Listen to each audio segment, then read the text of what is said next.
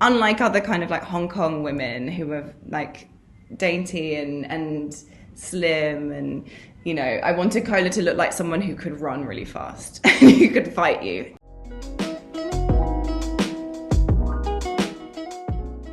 The show examines what people inherit, not just financially, but also emotionally and socially. What do you think Cola has inherited that shapes the way she sees the world? But also, what have you taken from playing this character? Cool.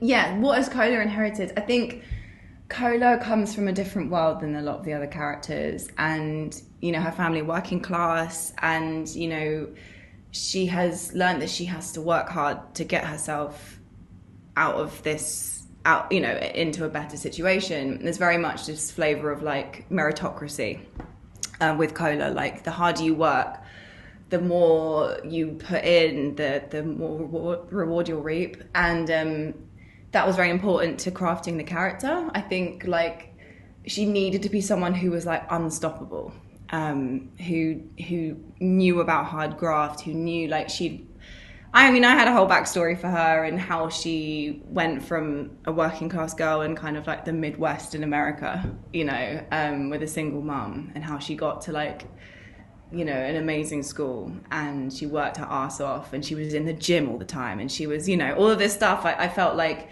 that comes from being comfortable with discomfort. And, rather than the plush kind of lifestyle that a character like, for example, Koki's character, Alison, who's inherited from being the daughter of the Hex, she lives this very like luxurious lifestyle where she goes horse riding and whatever. And I thought it was important for them to physically look different. Like, I wanted Cola to look like she'd had a life that was a bit tough and that she'd had to be tough. And I think, that kind of work ethic, that has affected me as a person. I have been throughout my life, I can sometimes do the bare minimum. I like to coast, get by on kind of like, my wits and stuff without much prep, and actually like playing a character like Cola and understanding the fact that in this world, the reality is you've got to work really hard to get yourself places. And I think I learned that from playing this character, for sure. Both Cola and this world are so complex. What aspects of Cola do you think or kind of want audiences to misunderstand most when they first meet her? Ooh, I hope that people, I really hope that people kind of don't like Cola. You have to sort of be on her side, but I like the idea that she comes across a bit unlikable and a bit untrustworthy, because she's there playing a game. She's playing everyone around her, and she's not being authentic. And it was really important to me that, I was very keen to be able to show that this was a woman who was playing a character and not necessarily doing the best job. Like, she's not an actor.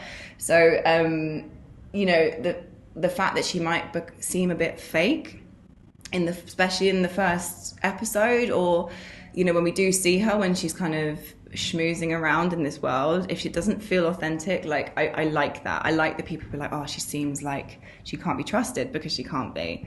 And I think that she's got some bad qualities to her, but also I hope that once we understand a bit more about her and why she's doing what she's doing, that people can sympathize with her, empathize with her, and her plight, because she's just like any person. All these characters in the show are really human, and they just have flaws. And that's what I loved about Cola. I was like, this is a young woman who's flawed, and she had a tough life. So it was, I hope she's kind of unlikable, basically.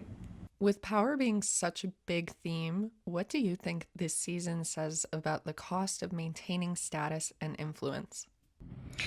I think the cost of maintaining status and influence, it's a never-ending cycle. It's never ending.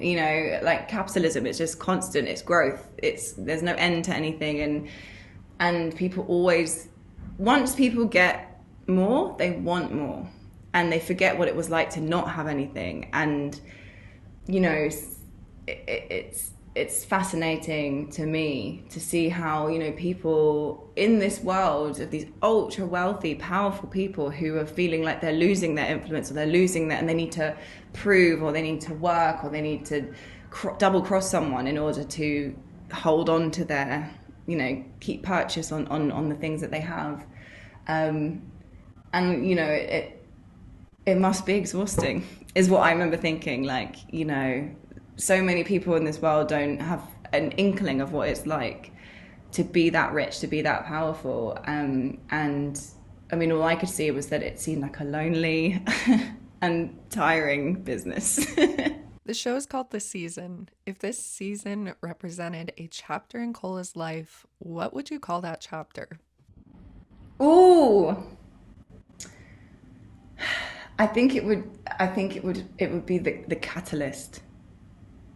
It would be like chapter 15, and it would be the catalyst, because we know it's not quite an origin story exactly, because, you know, that's happened before, but I think this season of this TV show, Cola, where she starts and where she ends are very different, and the things that she realizes about herself and who she really is, and the kind of the lengths she's willing to go to, you know, she learns a lot. And I think the first season of the season was the catalyst for her to being like, oh, this is who I am, I think, you know.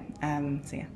Working with such an amazing ensemble cast, were there any moments on set or scenes that really stuck out to you as ones that surprised you, or maybe went a different direction than you expected based on a scene partner and a creative choice they made? What was that like for you as a creative? That's a good question. There's so many things I could say. I'm just trying to pick one. Something that I really found interesting watching back was there's in episode 5, which I think is one of my favorite episodes. Cola, Andrew, and David go on a night out, and I love, in any kind of movie, film, whatever, like when people, the way filmmakers capture that inebriated state and that disorienting kind of not quite, you know, the way people experience, you know, people are on drugs, people are drinking, whatever, the aesthetic and the visual choices that people make in order to like communicate that to the audience is always fascinating to me. And I love the way that they, I really didn't know how we were going to do it. Like on the day, because Marielle, our director, she decided we were going to film the same scene over and over and over again in different parts of this club, in different moods. Like sometimes we were loud, sometimes we were whispering, sometimes we were, me and Justin, he plays David, and the way that the shutters, the way that they edited it and everything as well. And it was so interesting because then when it came to actually seeing the scene, she cut together all of these different disorienting kind of like this conversation that seemed to be happening all at once, all at the same time. And yeah, it was just really, it was so interesting doing that. I mean, I like to party, I like to go out. Justin, my scene partner, it's not so much his scene, and it was fascinating doing that, experiencing that on set, and then seeing the final product. I thought was really interesting. If Cola wasn't pursuing the goals that she has in this series, what kind of life do you think she'd genuinely want for herself? That's a really interesting question. I feel like is this a spoiler? Hang on. Is it a spoiler to say she's getting revenge? It's not really, is it?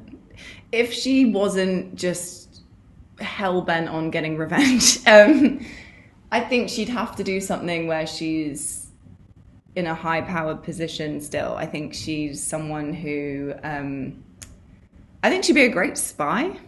She'd be like a great spy. I like the idea that Cola was like very physically strong as well. That was quite important to me. I wanted her to be like this, unlike other kind of like Hong Kong women who are like dainty and slim, and you know, I wanted Cola to look like someone who could run really fast, who could fight you. So I don't know, maybe she would be in sports, maybe she would be a spy. But I think she'd have to have an exciting life.